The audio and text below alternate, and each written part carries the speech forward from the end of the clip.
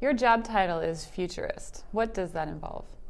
So as a futurist, I look 10 to 15 years out and model how people will act and interact with technology.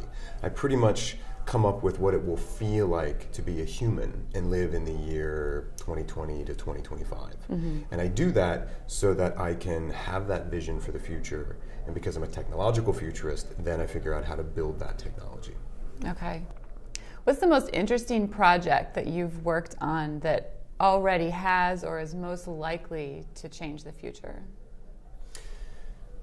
The project that really brought me to Intel was rethinking TV, rethinking television. And for me it was fascinating because TV, we learned, wasn't TV anymore. That for people, TV was a mix of TV and movies and games and social networking and books and all this different stuff. It was all personalized entertainment. That's what TV was. And so we designed a chip, an actual system on chip. It's called an SoC, to get kind of geeky. And I helped to design the chip. So the work that I did looking out to the year 2015 went into the design of that chip, and now we're selling millions of those chips.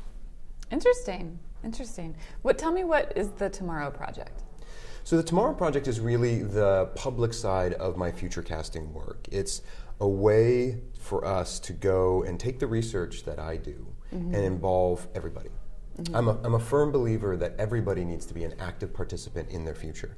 I think so many people think about the future as if it's this fixed thing on the horizon that we're all running towards, helpless to do anything about. And it's not, right? The future is made every day by people. And the way that you can affect the future is actually have a conversation about it. So the Tomorrow Project is a website, it is books, we go to conferences, and the whole point is to get ideas, get visions for the future out there and get people talking about it. Right. Who's involved in that project? Everybody and anybody who I can rope in to be a part of it. So we've been really, really fortunate. We've had everybody from Alan Kay to will.i.am, to Cory Doctorow, to Bruce Sterling.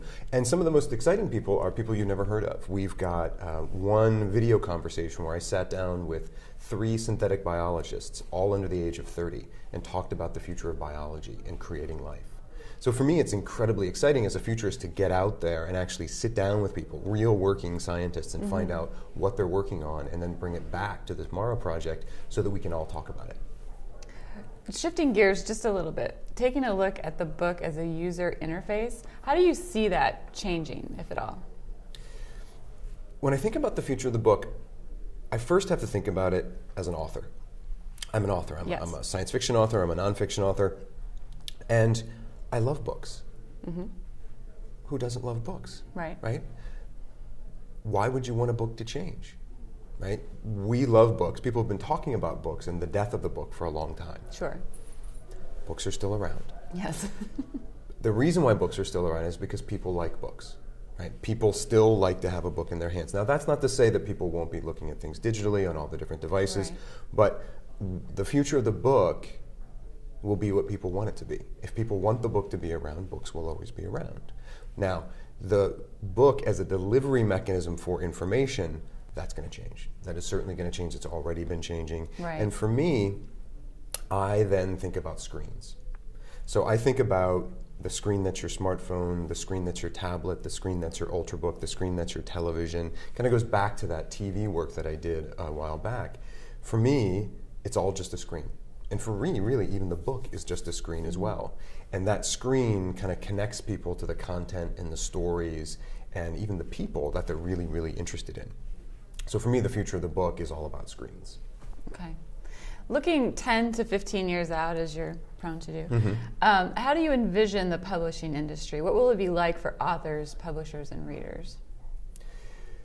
Well, this is my first publishing conference, so being at the Tools of Change conference has been really, really interesting to me because I've had conversations with lots of authors, with lots of technologists, with librarians. I love librarians. Yeah. Who doesn't love librarians, right? And you talk to librarians and they want to know what's the future of libraries, and I say the future of libraries is awesome. Right? Libraries aren't about books, they're about communities and a place for people to get together, and technology and publishers and authors are all kind of knit into that. So the publishing industry will change. It will continue to change. by the way, the publishing industry has always been changing. This is not something new. Right. Change is not new to the publishing industry. Right. It's been pretty wily, It's not the same, when Mr. Gutenberg sort of started doing his publishing, it's not like it's always stayed the same. Right. So I think people are always scared of change because they're not exactly sure what's going to happen. Mm-hmm. But the reason why the publishing industry has been so vibrant, the reason why it has literally affected our present and will affect our future is because it can change. And so where will it go? I think it will follow those screens. I think it will follow what people want. I think when you grow up with a smartphone in your pocket, mm-hmm. it's very different than growing up with a book in your pocket. Right. But you still need publishers, you still need writers, and how you connect with those people will continue to change. So I think that's it. I think it's, if the publishing industry continues to change to engage people, then it's very bright. Interesting. Well, thank you very much for taking time to talk to me today. It was a pleasure. Thanks for having me in.